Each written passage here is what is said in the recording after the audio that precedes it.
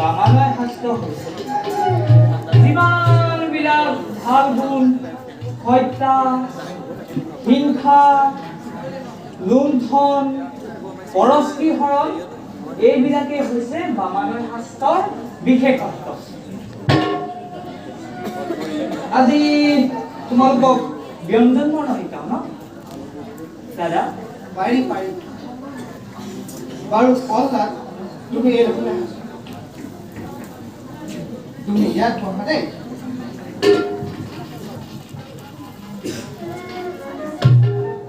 কক মানে কালি কি প্ৰণালী ত্ৰিসংসাৰ হাৰ তই কৃষ্ণ কৰুণাময় নহয় বাছা। তুমি কোৱা কথা সত্য। এইখন হৈছে আকৌ দৈত্যৰাজ হিৰণ্যকশিপুৰৰ ৰাজ্য। আমি হৈছো দুয়ো শুক্ৰাচাৰ্যৰ পুত্ৰ, হয় নে নহয়? মহাৰাজে দিছে আমাক এক গধুৰ দায়িত্ব। তোমালোকক বনাব লাগিব এটা এটা প্ৰকাণ্ড দৈত্য। আমাৰ দুজনৰ আছে বিশেষ মহত্ব।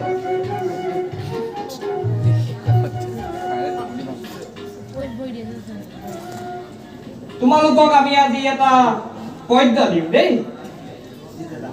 কয়ে কালি কৃপণালী ত্ৰিসংসাৰ হাৰ, ক্ষয় খণ্ড কৃপণালী ভীমে খৰ্গধাৰ। গয়ে গতি প্ৰদায়িনী গংগাধৰ জায়া, ঘৰে ঘূৰা মুক্ত কেশী অম্বিকা অভয়া। কয়ে কৰুণাময় নিত্য নিৰঞ্জন, ক্ষয়ে খৰ্গপতি প্ৰভু কমল লোচন। ঘয়ে গোবিন্দ হৰি গৰুড় বাহন, ঘয়ে ঘনশ্যাম প্ৰভু।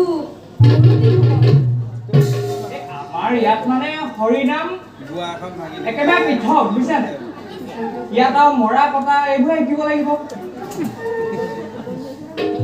তোমালোকে এতিয়া আমি শিকোৱা পদ্যটো মাতিবা হা।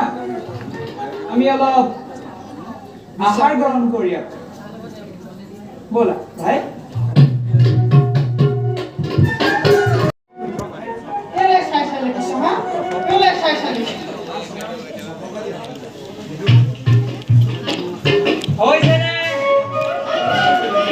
বেছি সময় নাই আৰু।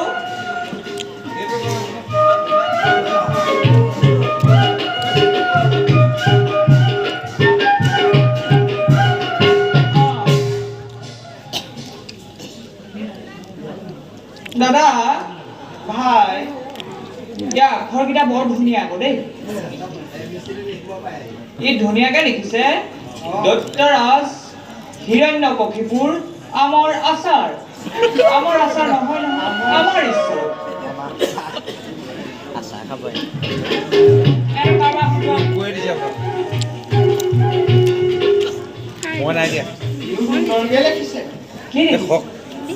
দৈত্যৰাজ হিৰণ্য ফুফু আমাৰ খেতে পেছ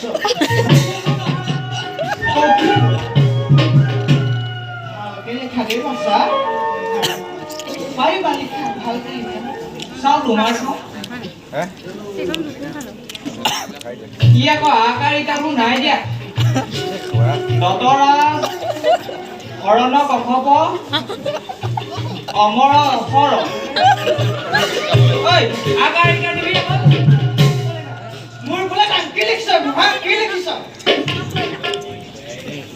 এই নম্বৰ চোৱা।